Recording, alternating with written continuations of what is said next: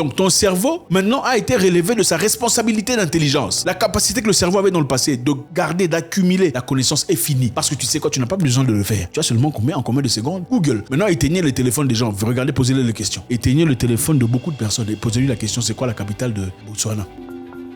Beaucoup ne savent pas. Est-ce que vous avez remarqué que le goût de la nourriture a changé? Le goût de la nourriture a changé, vous avez remarqué ça? Vous avez remarqué ça? Même la viande, je sais pas, vous mangez, ça n'a plus vraiment le goût là, hein, le goût qu'on sentait en tout cas quand on était petit. Moi je me souviens quand on était petit, la viande de chèvre ou de comment vous appelez ça? De cabri pour certaines personnes ici. La viande de cabri était délicieuse, c'était bon. Même il y avait l'odeur là comme ça. Vous vous souvenez de l'odeur? Hein? L'odeur de la viande de cabri ou la viande de chèvre. S'il n'y a pas d'odeur, c'est pas chèvre. Mais aujourd'hui il n'y a plus d'odeur. Vous allez remarquer que les cabris ou les chèvres ou les boucs n'ont plus d'odeur. Hein, ce n'est pas aussi bon que dans le passé. Et aussi, dans le passé, on remarquait, quand vous mettez des chèvres ou des boucs ensemble, ils se battaient, non? Ah, des boucs mâles. Souvent, ils faisaient de leur combat. Mais aujourd'hui, vous allez regarder les chèvres, les boucs et les cabris. Ils ne se battent plus, hein. Ils sont tous passifs, tout comme ça, comme des papas, version animale. Bref, regardons un peu la vidéo de notre vieux ici. Donc ici, on voit la vidéo du vieux Museveni. Yoweri Museveni, le président de la République ougandaise, en train de faire un discours aux Nations Unies parlant de la qualité de la nourriture. On va d'abord suivre. Allez, suivez. Whenever I travel abroad, I pack my own Ugandan foods. Milk, millet flour, fruits, legumes, chicken, honey, and plantain bananas, called matok in our language. The other day, my pineapple stocks ran out, and my staff bought pineapples from a supermarket in UK when I was coming here. I just took one slice and terminated the whole exercise at once. First of all, the pineapple is hard. I have never seen a hard pineapple until I saw the one in London.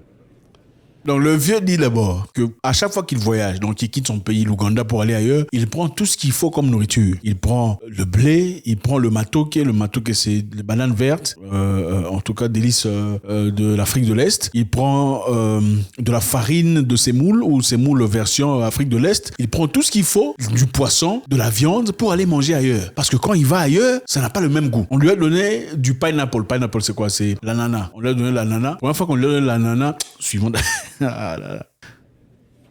It is less sweet and has got an ammonia-like pungent taste. I had the same experience in Washington once. They brought something they called pineapple. I couldn't believe it. Donc on lui a apporté à manger de l'ananas pour manger. Il dit, on m'a apporté un truc qu'on appelle l'ananas. Mais c'était dur comme du rock. Et ce n'est même pas bon. C'était pas sucré. Il a eu la même expérience aux États-Unis. Mais plus jamais il n'a osé replacer cette histoire dans sa propre bouche. Why must citizens of the world endure these deprivations on account of policies designed to serve narrow interests? Why must this be? I will not eat pineapple again until I go back to Uganda. Donc, M. Yoweri Museveni dit clairement avoir une expérience totalement bizarre, obscure. À chaque fois qu'il voyage pour aller ailleurs, évidemment, monsieur s'assure à ce que son équipe ait assez de nourriture venant de son pays pour aller ailleurs, n'est-ce pas? Précisément pour des raisons de goût. Ok, la viande, le sorgho, le matoke, la farine et tout le reste, pour assurer en tout cas une très bonne consommation, en tout cas le feeling qu'il a chez soi. Arrivé en Europe, on lui a donné de l'ananas pour manger. Et ce qu'il a mangé, c'était pas... On a appelé ça ananas, mais c'était pas de l'ananas. Lui, il a jamais mangé un truc comme ça. C'était tellement dur, il n'y a pas de sucre, c'est pas sucré, c'est pas délicieux, c'est incroyable. Maintenant, il dit, pourquoi le monde doit endurer ce type de solice, de misfortune pour les intérêts de certaines personnes? Pourquoi le monde doit vivre cette dépression mentale à cause des intérêts de certaines personnes? C'est-à-dire quoi? Pourquoi le monde est obligé aujourd'hui de manger la nourriture qui n'a pas de goût? Parce qu'il y a des entreprises qui font des profits par rapport à ces policies. C'est-à-dire, policies, c'est quoi en français? Les principes, voilà. Les principes qui ont été votés par des gouvernements ou par des nations pour Pourquoi le monde doit subir cette peine de ne pas manger bien, qu'il n'y ait pas de goût dans la nourriture à cause des principes signés par le gouvernement? Monsieur a tout à fait raison. Vous vivez aux États-Unis, vous mangez la nourriture aux États-Unis, la viande n'a pas de goût. Oui, c'est l'une des raisons pour laquelle j'ai fui. Oui, la viande n'a pas de goût. À moins que ce soit la seule viande que j'ai mangée aux États-Unis qui avait le goût de la viande, c'était une viande venue de Mexique. Je ne sais pas si c'était venu légalement ou pas. La viande américaine n'a pas de goût. En plus de sucre qu'on met à l'intérieur. Oui, le sucre dans la viande. Sucre dans les œufs. Bon, bref, ça c'est autre chose. La viande n'a pas de goût. Même malheureusement, avant on pensait que c'était à l'extérieur qu'on avait de nourriture sans goût. Mais ça commence à commencer en Afrique. Pourquoi? Parce que on veut nous faire adopter une mentalité selon laquelle il faudrait génétiquement modifier, sans vraiment l'appeler comme ça, la nourriture pour que voilà votre agriculture, c'est-à-dire vos animaux, vos poules, vos je sais pas quoi, grandissent en bonne forme. Il faut les vacciner. Je vais essayer d'éviter ces mots-là. Il faudrait appliquer certains produits pour qu'ils grandissent vite. Si vous appliquez ces produits-là, les poissons ou les poules vont grandir en 7 jours, deviennent costauds grands comme ça. Bon, d'abord vous pensez que normalement un truc qui grandit comme ça en 7 jours, c'est vraiment du bon. Qu'est-ce que ça peut vous apporter à l'intérieur? Rien de bon, c'est clair. Bon, pourquoi on veut qu'un truc grandisse vite comme ça? C'est pour une seule raison, les intérêts financiers. C'est-à-dire quand ça grandit vite comme ça en 7 jours, vous achetez, on fait encore grandir d'autres comme ça en 7 jours, vous achetez. Donc c'est appliqué dans tout ce qu'il y a de consommable. Toutes les nourritures qu'on consomme aujourd'hui, on essaie de les altérer pour les intérêts personnels et égoïstes de certaines personnes. Et moi j'aime bien ces genres de personnes. Il y a ce président ainsi que le président Zimbabwe, l'ex-président, le défunt Mugabe, qui avait le courage, l'audace de dire les choses telles qu'elles sont. Moi je n'aime pas vos poulets là soft, comment vous appelez ça? Poulet bouilli, c'est quoi? Poulet, tout ça, le poulet doux. Non, le poulet doit être dur. Quand tu tires comme ça fait grrr. Le poulet d'aujourd'hui ne fait plus ça. Le goût, il n'y a pas. Pour avoir de goût, d'odeur, il faut mélanger beaucoup. Ail, oignon, malaxeur, je sais pas, gingembre, tout ça. Vous mettez tout ça là, mais il n'y a toujours pas d'odeur. Et on s'étonne que les gens changent. Beaucoup de choses aujourd'hui, les amis, comprenez que beaucoup de choses sont en train d'être transformées de manière négative. L'évolution, c'est bien, mais l'évolution, toute amélioration n'est pas une évolution. Ou toute évolution n'est pas une amélioration. Toute amélioration n'est pas une protection. Vous comprenez? Tout ce qu'on fait comme innovation n'est pas une amélioration. Voilà ce que je voulais dire. Toute innovation n'est pas une amélioration. Encore une fois, toute innovation n'est pas une amélioration. Aujourd'hui, on pense qu'on innove, les choses avancent. Les choses avancent. Qui vous a apporté ce concept des choses avancent? Les choses peuvent avancer pour vous détruire. Les choses n'avancent pas toujours dans la positivité. On peut avancer pour savoir vous cerner. Aujourd'hui, on a avancé une technologie agricole selon laquelle vous venez acheter chez nous, vos histoires grandissent sans difficulté. Il n'y aura pas de perte, d'accord. Mais après, il faudrait revenir acheter les grains chez nous. Vous ne pouvez plus planter vos histoires comme vous plantiez dans le passé. Votre indépendance est finie, c'est vrai, ça va grandir sans difficulté. Mais désormais, pour planter, il faut venir chez nous. Parce que tout ce que vous avez chez vous, même ce qui était de naturel, est devenu comme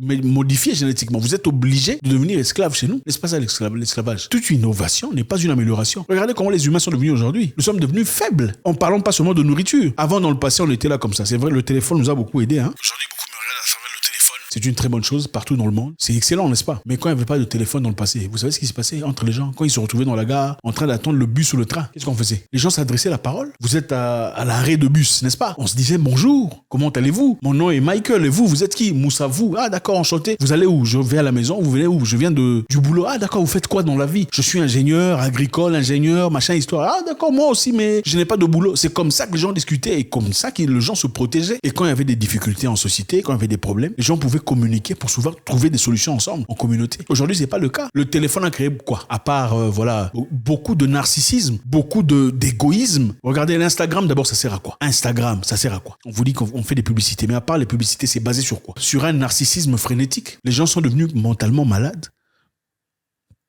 Les réseaux sociaux, on a 5000 amis sur les réseaux sociaux. Mais en réalité, où sont tes 3 amis qui peuvent t'aider à payer ta dette de $100? 3 amis, il n'y en a pas. 7, tu n'en as pas. Mais sur les réseaux sociaux, tu en as combien? 5000. Donc, ça nous a pris cette capacité de pouvoir être humain, de discuter, de coopérer, d'ajuster. Regardez encore une fois. Dans le passé, quand on avait besoin d'informations, on allait chercher quoi dans le dictionnaire, n'est-ce pas? Besoin d'informations, on va dans le dictionnaire, on lisait des livres d'encyclopédie. Aujourd'hui, on ne le fait pas, n'est-ce pas? Pourquoi? Parce qu'on a Google. S'il y a une question que tu ne comprends pas, tu fais quoi? Tu vas sur Google. Contrairement au passé, où il fallait accumuler la connaissance. Google, c'était ton cerveau. Donc, toi, soit ton cerveau a l'information ou pas. Et pour être un bon Google, c'est-à-dire, il faudrait lire et essayer de comprendre, faire des recherches très fréquemment. Aujourd'hui, c'est pas la même chose. Parce que tu sais que si tu ne connais pas, tu feras quoi? Tu vas seulement aller sur Google. Donc, ton cerveau, maintenant, a été relevé de sa responsabilité d'intelligence. La capacité que le cerveau avait dans le passé de garder, d'accumuler la connaissance est finie. Parce que tu sais quoi? Tu n'as pas besoin de le faire. Tu as seulement en combien de secondes? Google. Maintenant, éteignez les téléphones des gens. Regardez, posez-les les questions. Éteignez le téléphone de beaucoup de personnes et posez-lui la question, c'est quoi la capitale de Botswana? Beaucoup ne savent pas. Donc, aujourd'hui, si on vous coupe cette capacité d'aller sur Internet, vous êtes devenu quelqu'un de...